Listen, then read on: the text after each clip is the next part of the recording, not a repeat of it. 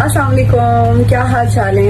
अच्छा, मैंने आप लोगों से एक सवाल पूछना था, मुझे आप लोग ये बताएं यार। इमरान खान के हवाले से सोशल मीडिया पर बड़ा पैगाम शेयर कर दिया। चाचा आसिम मुनीर, आप मेरे बड़े चाचा और बाप की जगह हैं। इमरान खान ने मुल्क और मुस्लिम उम्मा का दिफा किया है, जिसका सिला उनसे मंसूबे के तहत के लिया जा रहा है। मेरे जराये के मुताबिक इसका मकसद हमारी एक ही उम्मीद है इमरान खान, और इमरान खान ने हमें उम्मीद दिलाई है। अल्लाह ताला ने उसे 3 गोलियां 4 गोलियां खाने के बाद भी बचा के रखा। उसके अलावा इमरान खान को साइफर के झूठे केस में जल्द से जल्द सजा दिलवाना है। अगर आपने इमरान खान को शिकस्त देनी है तो इलेक्शन में दें और इमरान खान के खिलाफ इलेक्शन लड़के दिखाएं। मेरा अवाम को यही पैगाम है कि जब आप रास्ता तलाश करना चाहेंगे ना, जैसे अल्लाह ताला, जैसे खुदा भी मिल जाता है ढूंढने वालों को, आपको रास्ता भी मिल जाएगा। आपने घर नहीं बैठना। आप कोई भी आपके साथ नाइंसाफी होती है, आपने उसके लिए आवाज उठानी है। जेल में आपने इमरान खान के साथ जुल्म करके देख लिया है, ना ही वो टूटने वाले हैं और ना ही वो झुकने वाले। अभी आपको भी अंदाजा हो चुका होगा कि